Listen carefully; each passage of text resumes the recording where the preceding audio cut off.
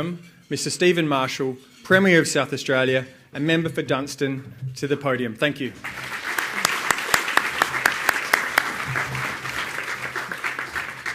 Thank you very much, Nick, and can I just say what a privilege and a pleasure it is to be with you here today. I want to keep this reasonably informal. I want to make a few opening remarks on my first year as the Premier of South Australia, and then I would like to open up to any questions, any queries, any suggestions that you have from the floor.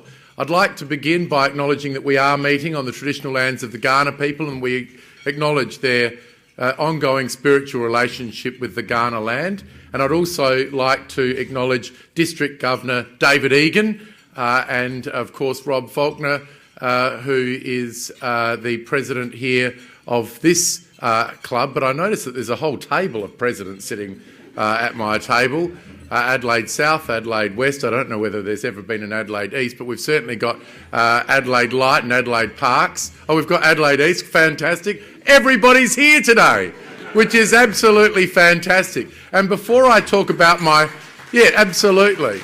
And before I talk about myself, which is one of my favourite topics, I would just like to acknowledge the great work that Rotary does here in South Australia, in Australia for our youth, and the incredible international projects that have delivered real change, absolutely real change that has changed lives for the better. And I just want to acknowledge all the Rotarians in the room who have made that contribution at the club level, but also, as I said, through some of the incredible sort of outreach programs that Rotary has run over many years. And of course, we congratulate the Adelaide Club, now in its 95th year of service to the people of South Australia. So congratulations to all of the Adelaide Club members here today. Well, it's a year this weekend, and I've got to say I love this job. It's much better than the last one. That was a shocker. When you're in opposition, all you can really do is carp and complain. You can actually set up and create some policies and you can put them out there, but really the only thing the media wants to hear about is what's wrong with the government of the day. I think that was a pretty negative time being in opposition, whereas now in government you actually get to put your money where your mouth is, walk the talk, and it's great.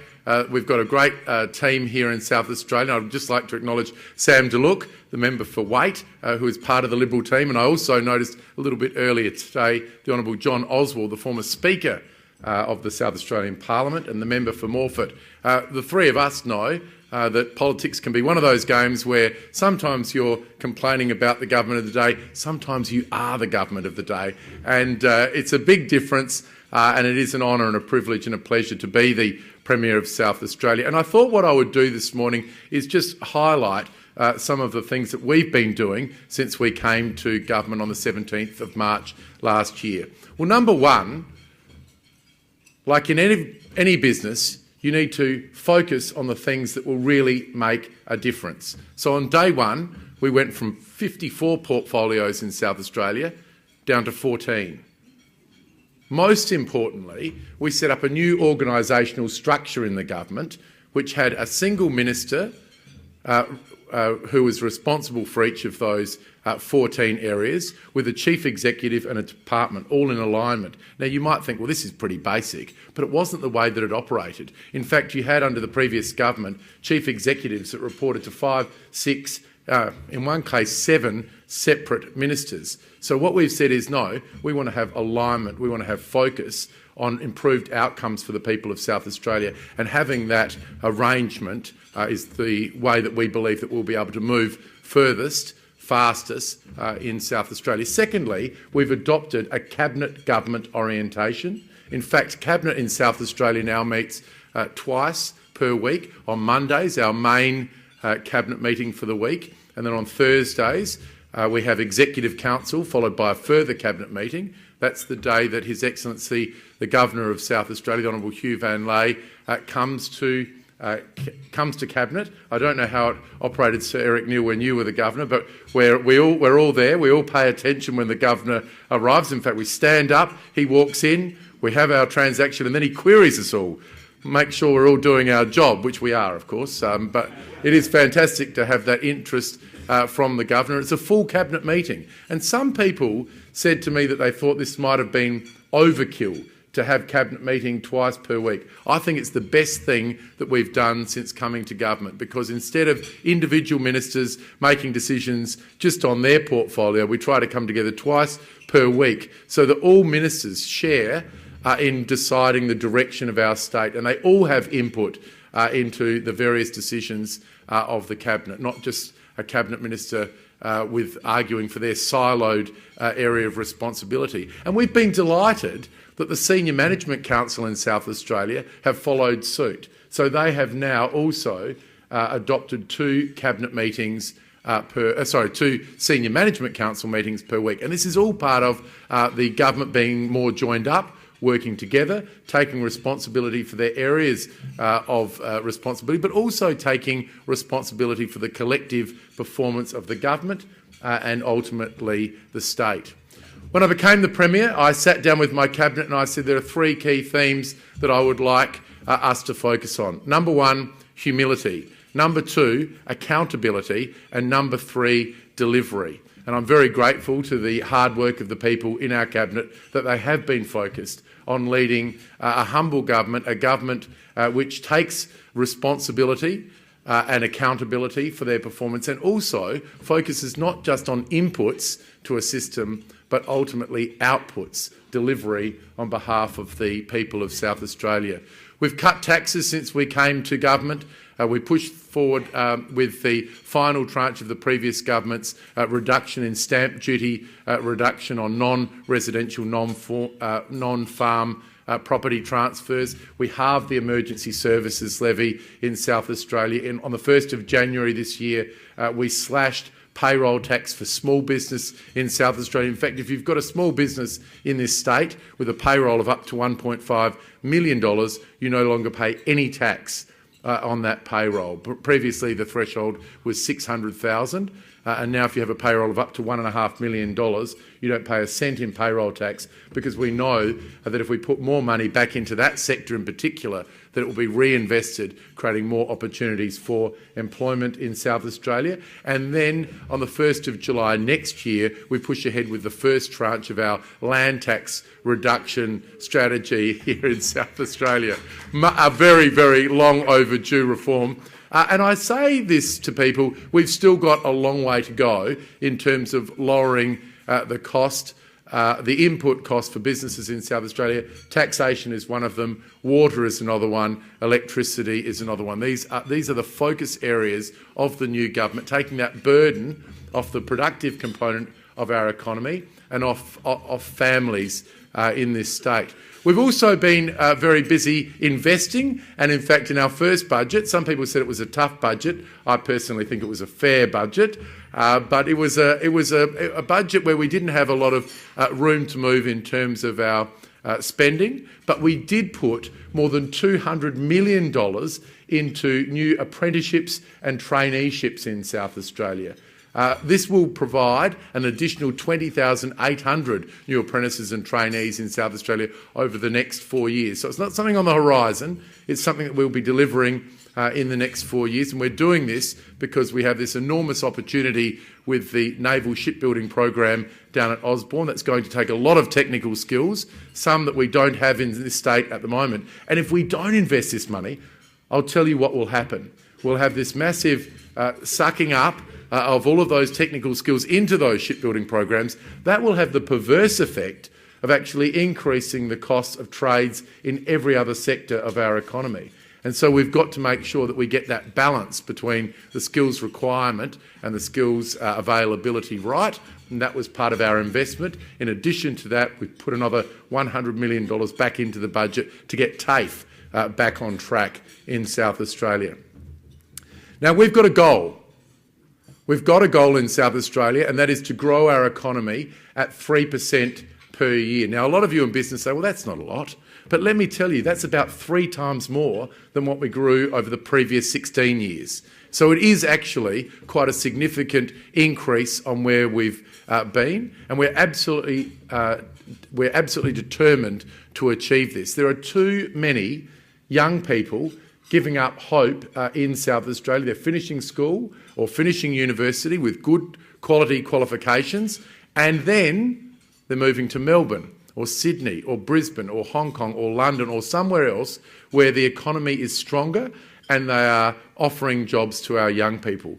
This is a great city and it's a great state, there is no doubt about it, but our economy has been a laggard economy in South Australia, and our focus unapologetically is on growing our economy by 3% per year. And we know that if we do this, we'll switch off that tap of young people leaving our state. Sure, there will always be some people who will leave and some people that will come back, but the net situation in recent years has been alarmingly high, and we want to turn that tap off and bring those people to South Australia. Part of our focus is on growing the number of new businesses, start-up businesses in our state. And as part of that push, we've announced the establishment of 5 entrepreneurship specialist secondary schools in South Australia.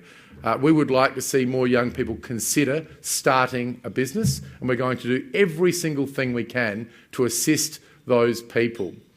Part of that is also about the transformation of the old Royal Adelaide Hospital site. So this was a functioning hospital 18 months ago. The previous government said that they were going to put 1,300 apartments onto that land. And we thought there must be a higher use for 7 hectares in the centre of a modern city like Adelaide, wedged in between the university sector and, of course, the Botanic Gardens. And what we decided to do was to create, I think, Australia's most exciting urban development opportunity. I think it is absolutely exciting and it's compelling, and it speaks to our new narrative in this state. And what we'll have on what we're now calling Lot 14, in fact, we weren't the first to call it that. Colonel Light originally called it Lot 14, so we're just copying Colonel Light. But what we will be doing there is creating a world-class incubator, accelerator with global companies, innovators, researchers, venture capitalists, mentors, all on the one site. And importantly, in government, we're not going to be controlling it. It's not going to be controlled by the government. It's not going to be controlled by the university sector, but by the state's very first chief entrepreneur, Jim Wally. Now, Jim Wally started his own company, Nova Systems, only about 15, 20 years ago. It is now a global success in defence and aerospace. And the best news is he's doing it for nothing, which I thought was great. And in fact, I've told him if he does particularly well, I'm going to double his salary in the second year. He didn't see the funny side of that. But anyway, he's doing a great job, working, I think, at the moment about 80 hours a week. And he loves it because he loves being able to contribute to an entrepreneurial ecosystem here in South Australia. And the type of jobs that will be on that site will be varied. And some of them will be in future industries, like the area of machine learning. And in fact, Lockheed Martin, one of the largest defence, aerospace, engineering companies in the world, are massively investing on Lot 14 with Anton van den Hengel from the University of Adelaide to create the Australian Institute of Machine Learning. This will be a world-class facility on Lot 14. Of course, in December last year, we were very pleased to receive a visit from the Prime Minister, the Honourable Scott Morrison, when he came to South Australia to announce that Adelaide would be the host city for the newly announced Australian Space Agency headquarters. And again, what this is doing is creating a huge interest in Adelaide, in South Australia, around future industries. And some of the largest global companies have said that they want to come here to Adelaide to put their innovation businesses onto Lot 14. They want to have access to those start-up and scale-up businesses, the world-class research, in a very attractive, curated experience on Lot 14. And that's something that we are all extraordinarily excited about. I'd like to just tell you about some of the success that we've had in recent weeks, and then I want to open it up to questions that you might have. Last week, the ANZ put out their Stateometer report. South Australia was announced as the standout economy of 2018. It's been a long time since South Australia was in that top right-hand quadrant of their graph. We've all too often been in the bottom left-hand quadrant of their graph. We are now the standout economy of 2018. We're in that top right-hand quadrant. And interestingly, the state final demand figures which came out last week also align with the ANZ's analysis on South Australia at the moment. In fact, let me tell you a statistic that every single person in this room should be very proud about. State final demand for the December quarter last year grew by 0.8%. And now, usually 0.8 is around about where we've been averaging for an entire year in the past. We did it in the December quarter. We grew 4 times faster than the nation as a whole, with an annual state final demand increase last year approaching 2.5%, a massive improvement on where we've been. Are we proud? I tell you what, we are excited about the green shoots that we are now seeing in our economy.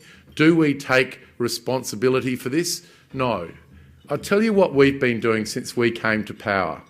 We have been motivating and enabling the business sector in South Australia. We've been growing the confidence in our state. We've stopped the fake fights, if you like, with Canberra, which I think sapped the psyche of our state. And we've talked positively about the opportunity which exists. But make no mistake, it hasn't been the government which has transformed the economy. It's been the private sector. It's been people like the people who are represented in this room today who have taken their private capital, they've put it on the line, they've invested in our economy over the last 12 months, they've taken a risk, and that has contributed to growing our economy and creating more jobs in South Australia. And we don't say it enough in politics. We don't say it enough.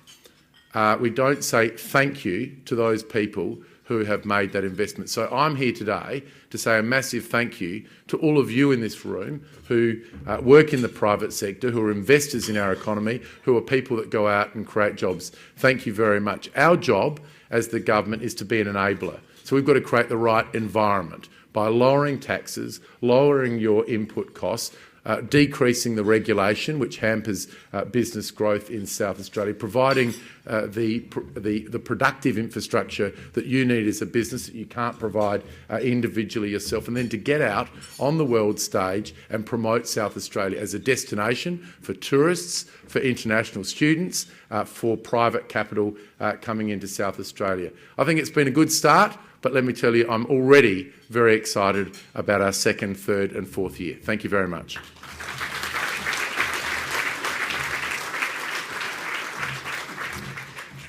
Thank you, Mr Premier. We do have time for some questions, so I'll open it up to the floor.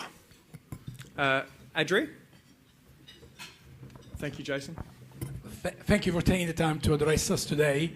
How do you think your government will deal with the challenge of the reduced GST income next year? And also, So the question is really about the GST, and as people know, there has been a bit of a reduction in the forecast for GST coming to South Australia for this year and the other 3 years of the forward estimates. I think this is a consequence of a slowing in terms of the consumption nationally. We saw the Hayne Royal Commission, which I think tightened capital markets across Australia, and this led to some contraction. I think that Royal Commission report has now been received. There's work to be done on the implementation, but I think that there are very positive times ahead for us. Look, the GST projections and forecasts do move around quite a bit. In previous times, the previous government has enjoyed some pretty good increases in projected GST income. We've just had a knock, both in the mid-year and economic fiscal outlook, which was provided in December by the federal government, and then recently, again, a confirmation that it's unlikely that that's going to reverse in the upcoming budget. But look, we can't control the GST distribution from the federal government, so we can only play with the cards that we've been delivered.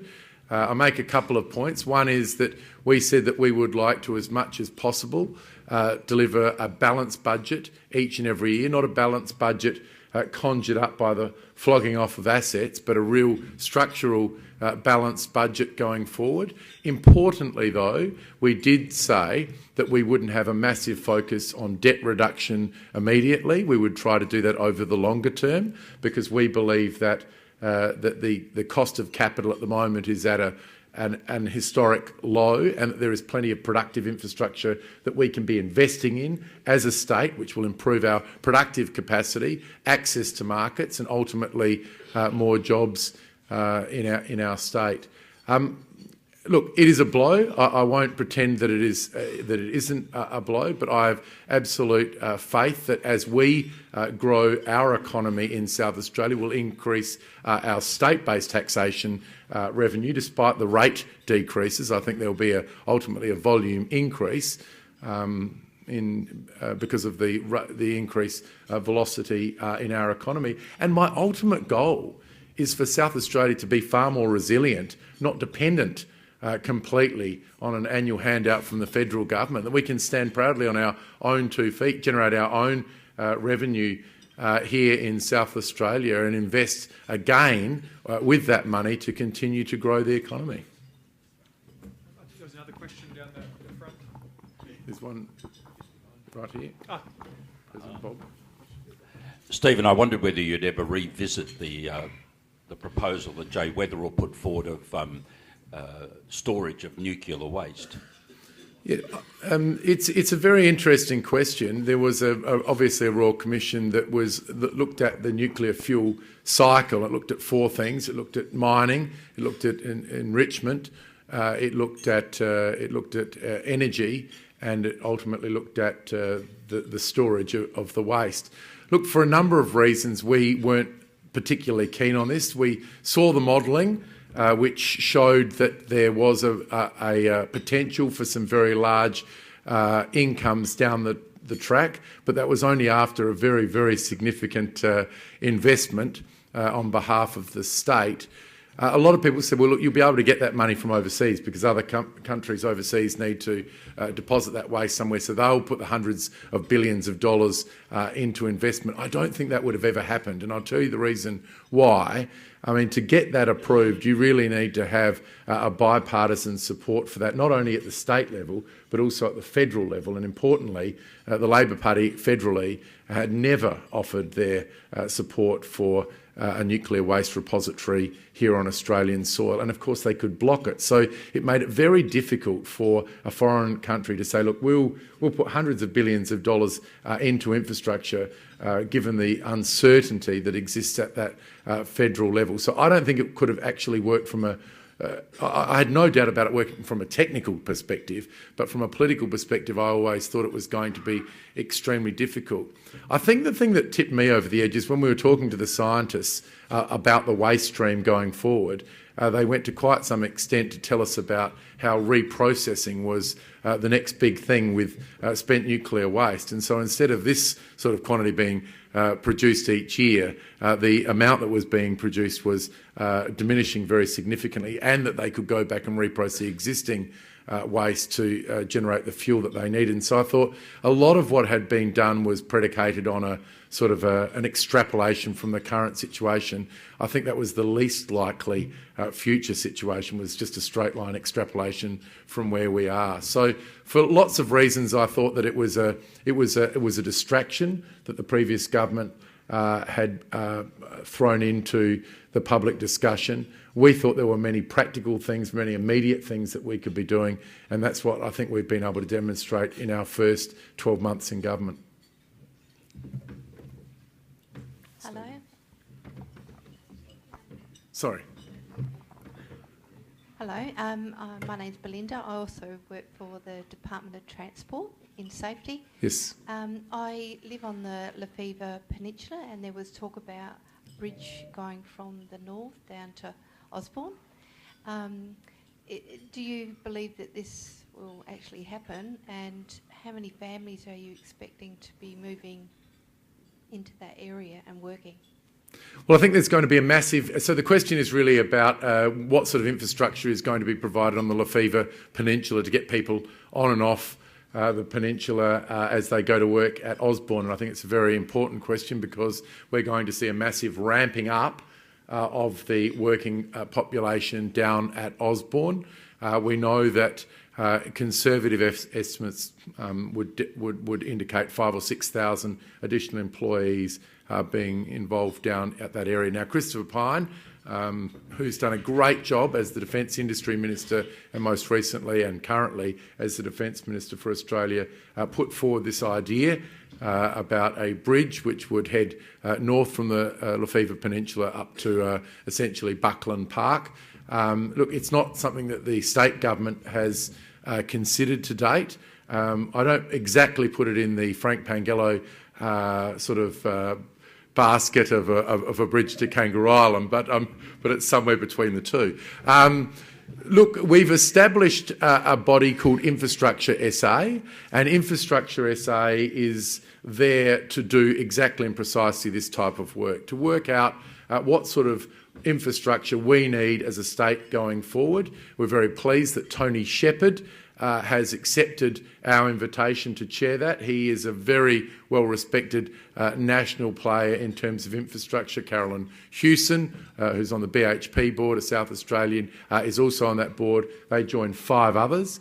Their task by early next year is to develop a 20-year productive infrastructure plan for South Australia: road, rail, ports, airports, water augmentation, electricity augmentation and many other infrastructure areas. And then, importantly, 5-year capital intention statements. Now, I emphasise that the government of the day doesn't have to implement exactly and precisely what they put in place, but I think it would be a bold government that would come out and say, well, look, we've done this analysis. This is the highest value, highest return infrastructure investment for the state. I think it would be a bold government to come out and say, yeah, well, we're not going to do that. We're going to do this pet project in a marginal seat in the lead up to an election. And so what we're doing with our legislation, which has passed the Parliament, is to permanently set up independent infrastructure advice for our state. And I think that's really been a critical area that has been missing. Now, the bridge north would be one of the areas which that board could consider. But I don't want anybody who's down there to think, I better invest in that area down there. Now there's a bridge coming. I read about it in the Times the other day. It will definitely not be in our budget, which is coming up in June. But it is something that could be considered in the future. I think we have time for 2 more questions. So, Stephen Noble. Thank you, Nick. Stephen, firstly, congratulations on your pending celebration of a year in government. I think the state has definitely taken an upbeat. Maybe some of that was going to happen in any event. I just want to talk a little bit about Israel. Israel is a country that's essentially a desert. They invested in nuclear energy, desal. They export water to Jordan, Syria, Palestine, and obviously in Israel. Here we are in Australia, and my concern is the short-termism of both federal and state governments collectively over the last 50 years. The last time we built a dam or reservoir in this country was Dartmouth, and that was 50 years ago, or virtually 50 years ago. In that time, Australia's population has probably gone from about 9.5 million to 24. We've seen rapid growth in some of our cities. We continue to see concerns about drought. For example, the southern Murray-Darling Basin at the moment is definitely at high risk. We've recently seen terrible droughts in Queensland. My challenge to you, but I know it's not South Australia's issue because we don't have the ability to collect water, but we do need as a country to have some better vision about providing water for our future. We know that there's a lot of investment happening in road, rail, etc. here in interstate, but that's not addressing this major concern of water. And I know you mentioned water as a priority. It isn't something we can easily address in this state other than keeping everyone else honest, but we do need more vision in this country, in my view, to look to the future of this country in terms of that vital resource. Thank you. Yeah, look, I think you're right. Water is a very important resource. Of course, it's very expensive in South Australia. The interim analysis by the independent advisor showed that the previous government artificially inflated the regulated asset base, which means that you've essentially had another big tax which was called your water bill. So we're going to get the advice of that, and that will inform the next arrangement in terms of your water pricing. I think that we would like to open up our existing infrastructure to third-party access, because we want to bring down the cost of water, not only for households but also for businesses, because we know that land plus water will create more production, but also create more jobs and more exports, which is absolutely critical for us in South Australia. In terms of waterproofing South Australia, look, the metropolitan Adelaide consumes about 100 gigalitres of water per year. On the most recent briefing that we received, that number is actually diminishing, not increasing at the moment. Now, that's a function of our population being pretty stagnant in South Australia, but also greater water efficiencies being driven in terms of dishwashers and heavy industry in South Australia. And keep in mind that we do have a 100 gigalitre desalination plant in South Australia. I mean, admittedly, we haven't had to use it yet, but we do have that fallback position. But I think the point that you're making is there's a lot of work that we could be doing in terms of preparing for dry conditions in Australia, and there's probably some work that we can do in terms of investing R&D into this area to turn if you like, a threat into an opportunity for our state. So I think that that's something that we should definitely be looking at. We have time for one more question. Might take it from this side of the room. Thank you. Premier, I'm a great supporter of what you and your government are doing, and that prompts me to ask you about the situation with the Bight. The Norwegian government have closed down pretty much drilling around their pristine islands, but the company in which they own a majority is wanting to come over and plunder the oil from our Bight, and that's something that a lot of us really don't want to see. And my question is, what is the extent of the power of your government to be able to knock that on the head? Certainly we are very concerned about it and we're monitoring it very carefully, but in terms of jurisdiction we have no say really. It's federal waters and they're the ones that control it. Look, this is the latest in sort of, if you like, a long line of people who have said that there's a resource there. We want to do our testing, seismic testing or drilling out in the Bight to shore that up and then ultimately look to the extraction. In my time in politics, which is coming up to 9 years, there hasn't been a successful application. There's been plenty of applications. There have been plenty of applications submitted to NOPSEMA, which is essentially the independent body that does the analysis of the environmental impact statement and the plans that companies put forward. So now we have a new player and a new entrant that is trying to look at whether there or not there is something that can be commercialised there. The Australian environmental controls are extraordinarily high. I mean, the fact that nobody's ever got through with a Bight plan in the last 9 years, and I think there have now been 4 companies that have owned the rights to that. The fact that none of them have got through, I think, must give us some comfort that the standards that we're applying to this opportunity are extraordinarily high.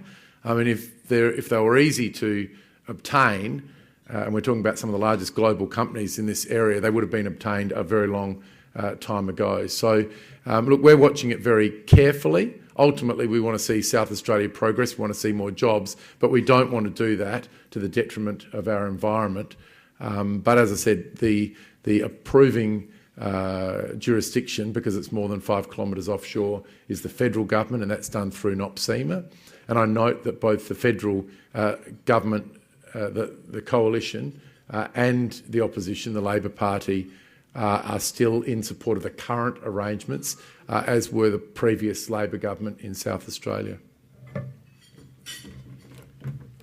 Well, thank you. I think we might have to call it to a close there, but thank you for the questions.